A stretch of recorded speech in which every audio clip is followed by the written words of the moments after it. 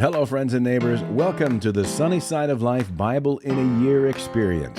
Join me each day as I read the Bible from start to finish. I'm reading from the Life Application Study Bible, New Living Translation, published by Tyndale House Publishers. I pray this daily reading will bless you as much as it does me. So let's get started.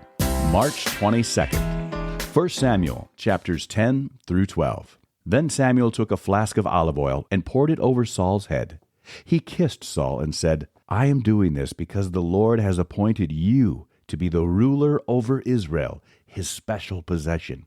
When you leave me today, you will see two men beside Rachel's tomb at Zelzah, on the border of Benjamin. They will tell you that the donkeys have been found and that your father has stopped worrying about them, and he is now worried about you.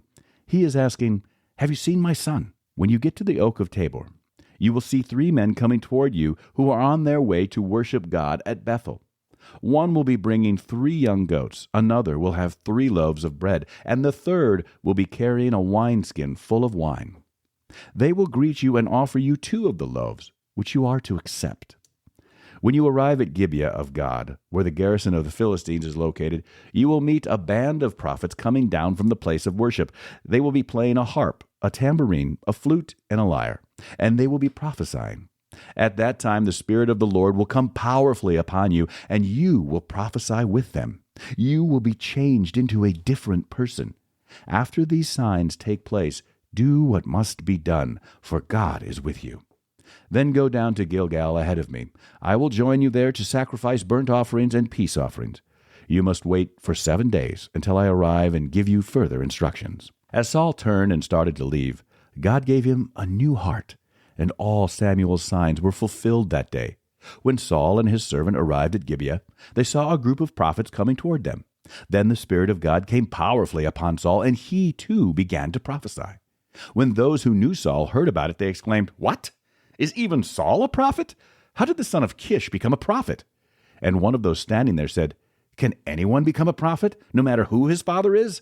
So that is the origin of the saying, "Is even Saul a prophet?" When Saul had finished prophesying, he went up to the place of worship. "Where have you been?" Saul's uncle asked him and his servant. "We were looking for the donkeys," Saul replied, "but we couldn't find them. So we went to Samuel to ask him where they were." "Oh? And what did he say?" his uncle asked. "He told us that the donkeys had already been found," Saul replied. But Saul didn't tell his uncle what Samuel said about the kingdom. Later Samuel called all the people of Israel to meet before the Lord at Mizpah. And he said, "This is what the Lord, the God of Israel, has declared. I brought you from Egypt and rescued you from the Egyptians and from all of the nations that were oppressing you. But though I have rescued you from your misery and distress, you have rejected your God today and have said, 'No, we want a king instead.' Now, therefore, present yourselves before the Lord by tribes and clans." So Samuel brought all the tribes of Israel before the Lord, and the tribe of Benjamin was chosen by lot. Then he brought each family of the tribe of Benjamin before the Lord, and the family of the Matrites was chosen. And finally, Saul, son of Kish, was chosen from among them. But when they looked for him, he had disappeared. So they asked the Lord, "Where is he?" And the Lord replied, "He is hiding among the baggage." So they found him and brought him out, and he stood head and shoulders above anyone else. Then Samuel said to all the people, "This is the man the Lord has chosen as your king. No one in all Israel is like him." And all the people shouted, "Long live the king!" Then Samuel told the people what the rights and duties of a king were. He wrote them down on a scroll and placed it before the Lord. Then Samuel sent the people home again. When Saul returned to his home at Gibeah, a group of men whose hearts God had touched went with him. But there were some scoundrels who complained, "How can this man save us?" And they scorned him and refused to bring him gifts. But Saul ignored them. Nahash, king of the Ammonites, had been grievously oppressing the people of Gad and Reuben, who lived east of the Jordan River. He gouged out the right eye of each of the Israelites living there, and he didn't allow anyone to come and rescue them. In fact, of all the Israelites east of the Jordan, there wasn't a single one whose right eye Nahash hadn't gouged out. But there were 7,000 men who had escaped from the Ammonites, and they had settled in Jabesh-Gilead. About a month later, King Nahash of Ammon led his army against the Israelite town of Jabesh-Gilead. But all the citizens of Jabesh asked for peace. "Make a treaty with us, and we will be your servants," they pleaded. "All right," Nahash said. but only on one condition. I will gouge out the right eye of every one of you as a disgrace to all Israel." "Give us 7 days to send messengers throughout Israel," replied the elders of Jabesh. "If no one comes to save us, we will agree to your terms." When the messengers came to Gibeah of Saul and told the people about their plight, everyone broke into tears. Saul had been plowing a field with his oxen, and when he returned to town, he asked, "What's the matter? Why is everyone crying?" So they told him about the message from Jabesh. Then the Spirit of God came powerfully upon Saul, and he became very angry. He took 2 oxen and cut them into pieces and sent the messengers to carry them throughout Israel with this message: "This is what will happen to the oxen of anyone who refuses to follow Saul and Samuel into battle." And the Lord made the people afraid of Saul's anger, and all of them came out together as one.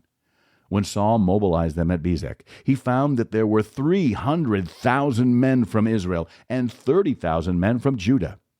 So Saul sent the messengers back to Jabesh-Gilead to say, "We will rescue you by noontime tomorrow." There was great joy throughout the town when that message arrived.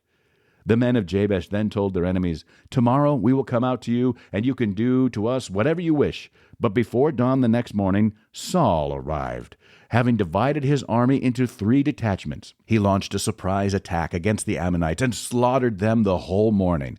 The remnant of their army was so badly scattered that no 2 of them were left together. Then the people exclaimed to Samuel, "Now where are those men who said, 'Why should Saul rule over us?' Bring them here, and we will kill them." But Saul replied, "No one will be executed today, for today the Lord has rescued Israel." Then Samuel said to the people, "Come, let us all go to Gilgal to renew the kingdom."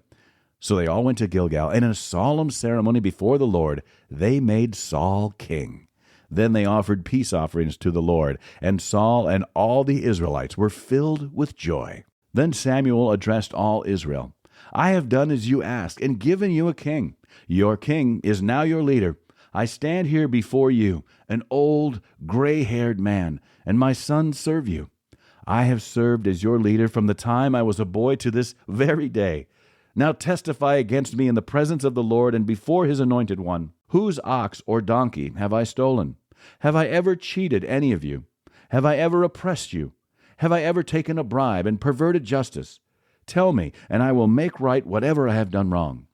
"No," they replied, "you have never cheated or oppressed us, and you have never taken even a single bribe." "The Lord and his anointed one are my witnesses today," Samuel declared, "that my hands are clean." "Yes, he is a witness," they replied. "It was the Lord who appointed Moses and Aaron," Samuel continued. "He brought your ancestors out of the land of Egypt. Now stand here quietly before the Lord as I remind you of all the great things the Lord has done for you and your ancestors. When the Israelites were in Egypt and cried out to the Lord, he sent Moses and Aaron to rescue them from Egypt and to bring them into this land. But the people soon forgot about the Lord their God, so he handed them over to Sisera, the commander of Hazor's army, and also to the Philistines and to the king of Moab, who fought against them. Then they cried to the Lord again and confessed, 'We have sinned by turning away from the Lord and worshiping the images of Baal and Ashtoreth. But we will worship you and you alone, if you will rescue us from our enemies.' Then the Lord sent Gideon, Bedan, Jephthah, and Samuel to save you, and you lived in safety. But when you were afraid of Nahash, the king of Ammon, you came to me and said that you wanted a king to reign over you, even though the Lord your God was already your king. All right, here is the king you have chosen. You asked for him, and the Lord has granted your request. Now if you fear and worship the Lord and listen to his voice, and if you do not rebel against the Lord's commands, then both you and your king will show that you recognize the Lord as your God. But if you rebel against the Lord's commands and refuse to listen to him, then his hand will be as heavy upon you as it was upon your ancestors. Now stand here and see the great thing the Lord is about to do. You know that it does not rain at this time of the year during the wheat harvest. I will ask the Lord to send thunder and rain today. Then you will realize how wicked you have been in asking the Lord for a king." So Samuel called to the Lord, and the Lord sent thunder and rain that day, and all the people were terrified of the Lord and of Samuel. "Pray to the Lord your God for us, or we will die," they all said to Samuel, "for now we have added to our sins by asking for a king." "Don't be afraid," Samuel reassured them. "You have certainly done wrong, But make sure now that you worship the Lord with all your heart and don't turn your back on Him. Don't go back to worshiping worthless idols that cannot help or rescue you. They're totally useless. The Lord will not abandon His people because that would dishonor His great name.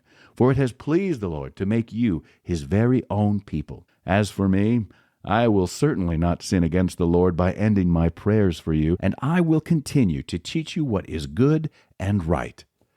But be sure to fear the Lord and faithfully serve Him. Think of all the wonderful things He has done for you. But if you continue to sin, you and your king will be swept away. That's it for today, friends. Feel free to read ahead on your own. Before I go, let's share the Lord's Prayer together. Our Father who art in heaven, hallowed be thy name. Thy kingdom come, thy will be done, on earth as it is in heaven. Give us this day our daily bread, and forgive us our trespasses, as we forgive those who trespass against us. Lead us not into temptation, but deliver us from evil. For thine is the kingdom, and the power, and the glory forever. Amen.